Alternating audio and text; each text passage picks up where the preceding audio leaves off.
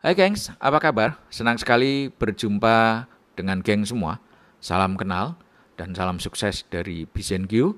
Mari tetap menjaga semangat kita masing-masing, tetap pantang menyerah. Mari terus berbuat kebaikan. Ayo terus berburu kesuksesan dan selalu berpikir positif atas apapun yang sedang terjadi di seputar kita. Gengs, melanjutkan vlog sebelumnya dengan judul Bertahanlah dan Berjuanglah Demi Goal yang Menantang. Ini adalah vlog part kedua, bagian kedua dari vlog sebelumnya. Dengan subjudulnya Bagaimana Mengelola Pemadan dan Pembuli. Di mana mayoritas orang-orang di sekitar kita itu akan memerankan diri sebagai pemadam dan pembuli. Di saat ketemu seseorang yang telah berani mencanangkan sasaran yang menantang untuk dirinya sendiri. Ataupun untuk orang lainnya. Untuk timnya maksudnya. Kalau dia berfungsi sebagai pemimpin. Nah gengs, saat kita menghadapi pemadam dan pembuli, maka respon yang perlu kita lakukan adalah jangan sekali-sekali berupaya untuk menutup mata, telinga, mulut mereka. Karena jumlah mereka banyak, capek kita kalau berusaha supaya bisa menutup mata, telinga, dan mulut mereka. Lebih baik kita menutup mata, telinga, dan mulut kita sendiri. Itu aja yang kita tutup. Artinya biarlah pemadam dan pembuli mengatakan apapun. Nggak perlu kita dengar.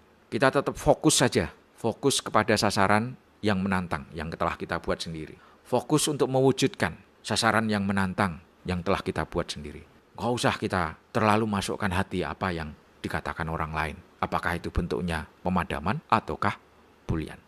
Jadi stay cool, stay fokus. Ya, tetap tenang dan fokus. Fokus kepada sasaran yang menantang. Fokus untuk mewujudkannya. Nah, respon yang lainnya, seandainya kita tidak bisa untuk terus-menerus tutup mata, telinga, dan mulut kita, ya sudah, respon saja. Tapi responnya bentuknya apa? Cuma senyum dan kasih sinyal jempol. Itu aja. Senyumin, kasih jempol, cukup itu aja. Ataupun respon yang lainnya adalah beri jawaban ala kadarnya. Nggak perlu kita berupaya keras supaya mereka mengikuti kita. Tapi kalau mau dicoba enggak masalah, itu akan bagus. Seandainya ada seorang yang memadamkan, terus kita berupaya memberikan jawaban, dan jawaban-jawaban ini katakanlah menginspirasi yang memadamkan tadi, akhirnya ikut kita, itu bagus. Tapi kalau ternyata itu memerlukan energi yang besar, maka tidak perlu kita lakukan. Beri jawaban ala kadarnya saja, kecuali kalau kita berfungsi sebagai pimpinan. Mungkin kita punya keinginan untuk mempengaruhi mereka. Boleh, karena tugas kita adalah memimpin mereka. Kebetulan katakanlah mereka itu adalah anak buah yang memainkan diri sebagai pemadam ataupun pembuli. Tapi tentunya ada cara yang lebih efektif, tidak sekedar memberikan penjelasan saja. Mungkin ini akan dibahas kalau kita sudah nyampe ke pembahasan tentang kepemimpinan. Bentuk yang lainnya adalah beri senyum dan respon dengan pertanyaan. Jenis pertanyaannya apa? Ya pertanyaan yang simpel-simpel aja. Apa sih yang membuat dirimu tertarik dengan goal menantangku? Nah, ini adalah kasih pertanyaan. Kita pengen tahu apa perspektif mereka tentang goal menantang kita. Paling dia akan berusaha memadamkan ataupun membuli. Tanyakan, kenapa Anda sepertinya nggak percaya? Ini adalah bentuk pertanyaan. Jangan direspon dengan jawaban, respon dengan pertanyaan. Kalau mereka kebingungan untuk menjawab pertanyaan, kita kan lama-lama berhenti menjadi pemadam, pembuli. Apa kamu tidak nyaman dengan apa yang saya lakukan? Mengapa kamu kok tidak nyaman? Apakah ini mengganggu? Apakah aktivitas saya ini mengganggu dirimu? Nah ini kalau kita bukan sebagai pemimpin. Ya, tanya aja seperti itu. Apakah kamu tidak yakin dengan goalku? Mengapa kamu tidak yakin? Apakah kamu tahu apa yang sudah saya lakukan? Apakah kamu tahu apa yang sedang saya persiapkan? Nah, ini adalah pertanyaan-pertanyaan. Responnya berupa pertanyaan aja. Kalau jawabannya tidak memuaskan, ya udah tinggal aja. Kalau tidak menjawab, ya udah tinggal aja. Jadi cuma kasih pertanyaan saja. Tanpa kita harus merasa baper. Ini kalau kita mendapatkan respon pemadam ataupun pembuli. Nah, bagaimana kalau kita berada di sebuah tim? Kalau kita berada di sebuah tim, dibuat aja kesepakatan. Jika ada seseorang yang mencanangkan sasaran yang menantang untuk dirinya sendiri, dan ada orang lain yang berusaha untuk tidak setuju dengan sasaran yang menantang, padahal itu untuk dirinya sendiri.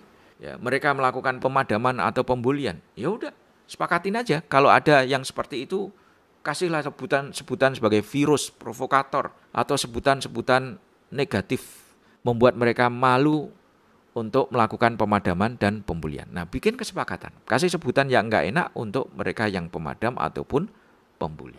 Sehingga Kalau ini dilakukan secara konsisten, tentunya ini akan menjadi budaya yang baik. Di saat ada individu di dalam anggota tim yang memiliki sasaran yang menantang, maka yang lainnya yang awalnya secara spontan pengen melakukan pemadaman, pembulian, niatnya menjadi turun, akan mengurungkan niatnya. Sehingga pemadaman dan pembulian tidak dilakukan. Ini kan akan menciptakan lingkungan yang kondusif. Jangan biarkan respon spontan ini berkeliaran di tim kita. Karena kalau berkeliaran akhirnya orang yang sedang memiliki ambisi yang luar biasa untuk dirinya sendiri, itu menjadi tidak muncul. Akibatnya tim kita menjadi tim yang tumpul. Karena dipadamkan oleh adanya kebiasaan spontan tadi. Bikin kesepakatan di tim, ya. Dan kalau perlu supaya bisa menghasilkan situasi yang kondusif tadi, yakni saling dukung-mendukung. Bekerja sama untuk mewujudkan sasaran yang menantang. Nah, gengs, jika sudah melakukan respon ini, ternyata tetap aja tidak ada dukungan buat kita,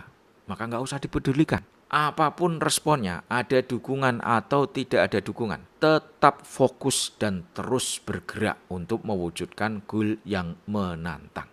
Jangan meminta persetujuan mereka atas goal yang kita punya. Nggak bakal disupport, nggak bakal didukung. Jadi nggak usah berharap banyak terhadap seputar kita. Percaya saja pada diri sendiri, fokus, dan terus bergerak untuk mewujudkan sasaran yang menantang yang telah kita tetapkan.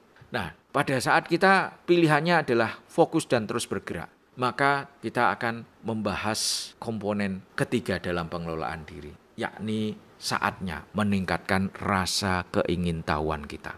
Di saat kita sudah berada di jalur yang tepat, yakni berani menetapkan sasaran yang menantang untuk diri kita sendiri, dan sudah tidak terpengaruh oleh pemadam-pemadam dan pembuli-pembuli yang ada di seputar kita, maka saatnya kita mengelola komponen yang ketiga dari pengelolaan diri, yakni meningkatkan rasa keingintahuan kita.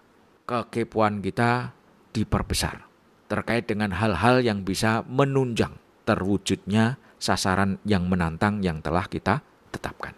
Jadi sekali lagi, kalau sudah berani membuat sasaran menantang, sudah bisa menangani pemadam dan pembuli, fokus berikutnya adalah meningkatkan kekepuan kita terkait hal-hal yang bisa membantu kita mewujudkan sasaran yang menantang. Apakah ilmu saya sudah cukup? Ilmu apa lagi yang harus saya cari supaya saya bisa mewujudkan goal yang menantang buat diri saya sendiri? Pengetahuan dan keterampilan tambahan apa yang perlu saya cari? Dan network yang seperti apa yang perlu saya kembangkan supaya goal yang menantang bisa saya wujudkan. Kebiasaan-kebiasaan yang tidak bagus untuk saya lanjutkan apa saja? Dan kebiasaan baru yang harus saya perjuangkan seperti apa? Saya harus benchmark ke siapa supaya saya bisa mewujudkan sasaran yang menantang. Nah, rasa keingintahuan kita harus kita perbesar terhadap hal-hal yang bisa membantu kita untuk mewujudkan sasaran yang menantang. Apakah proses berpikir saya sudah benar selama ini? Apakah proses berpikir saya sudah bisa membantu untuk mewujudkan sasaran yang menantang yang telah saya canangkan? Apakah kebiasaan perilaku saya sudah tepat untuk bisa mewujudkan sasaran yang menantang? Dan bila mana perlu, ya, hijrahlah. Hijrahlah ini artinya gantilah suasana. Carilah lingkungan yang bisa membakar kita. Siapa kira-kira orang-orang yang bisa membakar saya? Yang bisa sebagai model, role model. Yang saya bisa mendapatkan insight-insight tentang apa yang harus saya lakukan supaya sasaran yang menantang tadi bisa saya wujudkan. Ini adalah langkah berikutnya yang harus kita lakukan di saat kita sudah berhasil menghindari pemadam dan pembuli. Oke, gengs, sekian dulu vlog kali ini. Bertahan dan berjuanglah demi goal yang menantang. Jangan terlalu mempedulikan pemadam dan pembuli. Tetap fokus dan terus bergerak untuk mewujudkan sasaran menantang yang telah kita canangkan. Di vlog berikutnya kita akan membahas komponen ketiga dalam pengelolaan diri sendiri. Namun sebelum melakukan pembahasan tentang curiosity, ada hal lainnya yang perlu kita cermati yang akan dibahas di vlog berikutnya. Gengs, Mari tetap menjaga semangat kita masing-masing, tetap pantang menyerah, mari terus berbuat kebaikan, ayo terus berburu kesuksesan, dan selalu berpikir positif atas apapun yang sedang terjadi di sekitar kita, agar dari diri kita selalu terpancar energi-energi positif dimanapun, kapanpun.